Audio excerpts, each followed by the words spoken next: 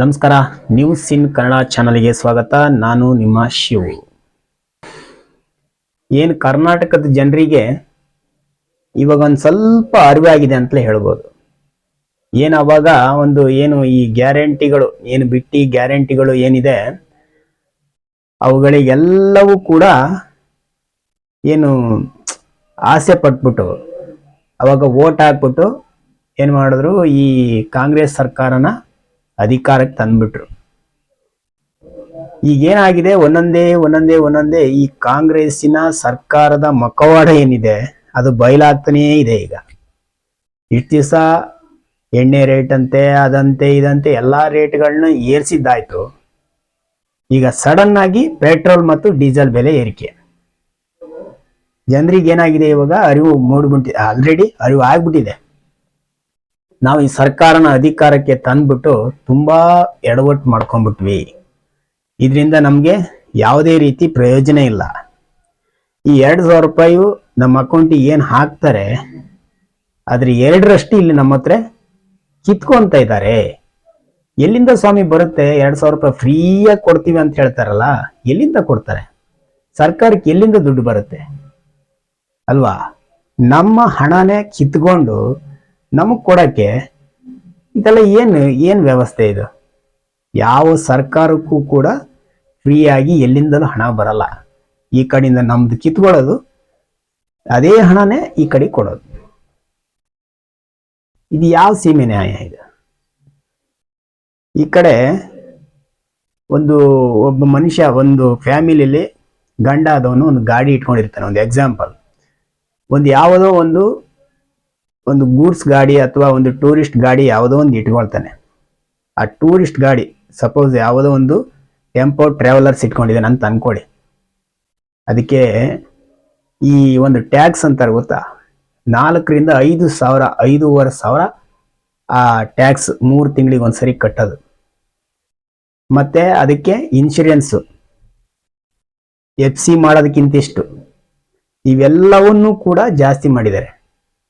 ಎಲ್ಲವೂ ಕೂಡ ಈ ಗಂಡನ ತಲೆ ಮೇಲೆ ಹಾಕ್ಬಿಟ್ಟು ಇವೆಲ್ಲ ಈ ಕಡೆಯಿಂದ ಕಿತ್ಕೊಂಡು ಈ ಕಡೆ 2,000 ರೂಪಾಯಿ ನಿಮ್ಮ ಅಕೌಂಟಿಗೆ ಹಾಕ್ತೀವಿ ಅಂತ. ಇದೇ ತರ ಮಾಡ್ಕೊಂಡು ಇವಾಗ ಏನಾಗಿದೆ, ಬೆಲೆ ಏರಿಕೆ. ಇದೊಂದು ಯಾವುದು ಪೆಟ್ರೋಲ್ ಡೀಸೆಲ್ದೊಂದು ಬೆಲೆ ಏರಿಕೆ ಇವಾಗ ಅದೊಂದು ಬಾಕಿ ಇತ್ತು. ನೈಟ್ ಆಗಿ ಬೆಳಕು ಹರಿಯೋದ್ರೊಳಗೆ ಈ ಬೆಲೆ ಏರಿಕೆ ಮಾಡ್ಬಿಟ್ಟಿದ್ದಾರೆ ಆಲ್ರೆಡಿ. 3 ರೂಪಾಯಿ ಡೀಸೆಲ್ ಬೆಲೆ, ಪೆಟ್ರೋಲ್ ಬೆಲೆ 3 ರೂಪಾಯಿ. ಎಲ್ಲಿ ಹೋಗ್ಬೇಕು ಮಧ್ಯಮ ವರ್ಗದ ಜನಗಳು? ಅವ್ರು ಏನ್ ಮಾಡಿರ್ತಾರೆ ಪಾಪ, ಏನೋ ಒಂದು ಕೆಲಸಕ್ಕೋಸ್ಕರ ಇಲ್ಲಿಂದ ಇನ್ನೊಂದ್ ಕಡೆ ಒಂದು 10 ಕಿಲೋಮೀಟರ್ 20 ಕಿಲೋಮೀಟರ್ ಆದ್ರೂ ಪರವಾಗಿಲ್ಲ, 60 70 80 ಕಿಲೋಮೀಟರ್ಗಳು ಬೈಕಲ್ಲೇ ಟ್ರಾವೆಲ್ ಮಾಡ್ಬಿಟ್ಟು ಅಲ್ಲಿ ಹೋಗಿ ಕೆಲಸ ಮಾಡಿ ಸಂಬಳನೇ ಜಾಸ್ತಿ ಇರಲ್ಲ, ಅವರಿಗೆ ಸಂಬಳನೂ ಕಡಿಮೆ ಇರುತ್ತೆ. ಈ ದುಡ್ದಿರೋದೆಲ್ಲ ಈ ಪೆಟ್ರೋಲ್ ಡೀಸೆಲ್ಗೆ ಹಾಕಿದ್ರೆ ಅವ್ರು ಏನ್ ಉಳಿತಾಯ ಮಾಡ್ತಾರೆ? ಏನ್ ಫ್ಯಾಮಿಲಿ ಮೇಂಟೈನ್ ಮಾಡ್ತಾರೆ?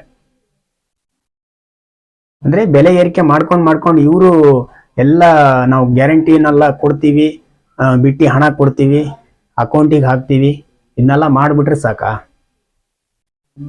ಯಾರನ್ನೂ ಕೂಡ ಇವರು ಈ ಸರ್ಕಾರದವರು ಉದ್ಧಾರ ಮಾಡಲ್ಲ.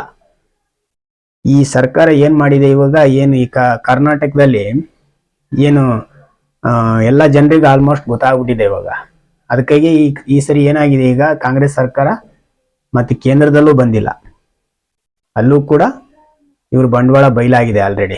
ಯಾಕಂದ್ರೆ ಇವ್ರು ಸುಮ್ಮನೆ ಹಿಂಗೆ ಸ್ವಲ್ಪ ದಿವಸ ಕೊಡ್ತಾರೆ ಅಂದ್ರೆ ಈ ಕಡೆಯಿಂದ ಕಿತ್ಕೊಂಡು ಈ ಕಡೆ ಕೊಡ್ತಾರೆ ಅಂತೇಳಿ ಎಲ್ಲ ಜನಸಾಮಾನ್ಯರಿಗೆ ಆಲ್ರೆಡಿ ಅರ್ಥ ಆಗ್ಬಿಟ್ಟಿದೆ. ಅದಕ್ಕಾಗಿ ಕರ್ನಾಟಕದಲ್ಲೂ ಜಾಸ್ತಿ ಸೀಟ್ಗಳು ಬಂದಿಲ್ಲ. ಅವ್ರು ಹೇಳ್ಬೋದು 2019ರಲ್ಲಿ ಏನು 1 ಸೀಟ್ ತಗೊಂಡಿದ್ವಿ, ಈಗ 9 ಸೀಟ್ ತಗೊಂಡಿದ್ವಿ. ಅವರು 25ಕ್ಕೆ 25 ತಗೊಂತೀವಿ ಅಂತ ಹೇಳಿದ್ರೆ 17 ಸೀಟ್ ತಗೊಂಡಿದ್ದಾರೆ. ಅದು JDS ನ ಸೇರಿಸ್ಕೊಂಡು ಅಂತ. ಎಲ್ಲ ಉಡಾಪಿ ಉತ್ತರಗಳನ್ನ ಕೊಡ್ಲಿಕ್ಕೆ ಎಲ್ಲರಿಗೂ ಬರುತ್ತೆ.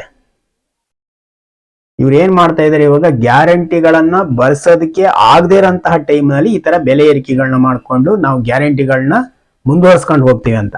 ಅದಕ್ಕೆ ಈ ಬಿಜೆಪಿಯವರು ಏನ್ ಹೇಳ್ತಿದ್ದಾರೆ, ಬಿಜೆಪಿ ಏನ್ ಪಕ್ಷ ಏನ್ ಹೇಳುತ್ತೆ, ನೀವು ಈ ಗ್ಯಾರಂಟಿಗಳನ್ನ ಸ್ಟಾಪ್ ಮಾಡಿ, ಇದರಿಂದ ಪ್ರಾಬ್ಲಮೇ ಆಗ್ತಾ ಇದೆ, ನಿಮಗೆ ಈ ಗ್ಯಾರಂಟಿಗಳನ್ನ ಭರಿಸುವಂತ ಶಕ್ತಿ ಇಲ್ಲ, ನಿಮ್ಮ ಸರ್ಕಾರ ದಿವಾಳಿಯ ಅಂಚಿನಲ್ಲಿದೆ, ನೀವು ಈ ಗ್ಯಾರಂಟಿಗಳನ್ನ ಏನು ಕೊಡ್ಲಿಕ್ಕೋಸ್ಕರ ಬೇರೆ ಬೇರೆ ಏನು ಬೆಲೆಗಳನ್ನೆಲ್ಲ ಏರಿಸ್ಕೊಂಡು ಈ ಪೆಟ್ರೋಲು ಡೀಸೆಲ್ಲು ಹೀಗೆ ಎಣ್ಣೆ ಅದು ಇದು ಎಲ್ಲ ಬೆಲೆಗಳನ್ನ ಏರಿಸ್ಕೊಂಡು ಹೋಗ್ತಾ ಇದ್ದೀರಾ.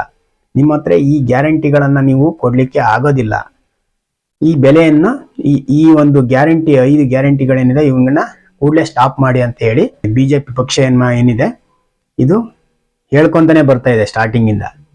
ನಿಮ್ಮ ಈ ಏನು ಕರ್ನಾಟಕದಲ್ಲಿ ಲಾಸ್ ಆಗುತ್ತೆ, ದಿವಾಳಿ ಅಂಚಿನಲ್ಲಿ ಹೋಗುತ್ತೆ ಅಂತ ಹೇಳಿ ಈ ಬಿಜೆಪಿ ಏನು ಹೇಳ್ಕೊಂಡು ಬಂದಿದೆ, ಅದೀಗ ಒಂದು ಲೆಕ್ಕದಲ್ಲಿ ನಿಜ ಆಗ್ತಾ ಇದೆ ಅಂತಲೇ ಹೇಳ್ಬೋದು. ಇದಾಗಿತ್ತು ಇವತ್ತಿನ ಒಂದು ನ್ಯೂಸ್. ಕ್ಷಣದ ಮಾಹಿತಿಗಾಗಿ ನ್ಯೂಸ್ ಇನ್ ಕನ್ನಡ ಚಾನಲ್ ಅನ್ನು ವಾಚ್ ಮಾಡ್ತಾ ಇರಿ.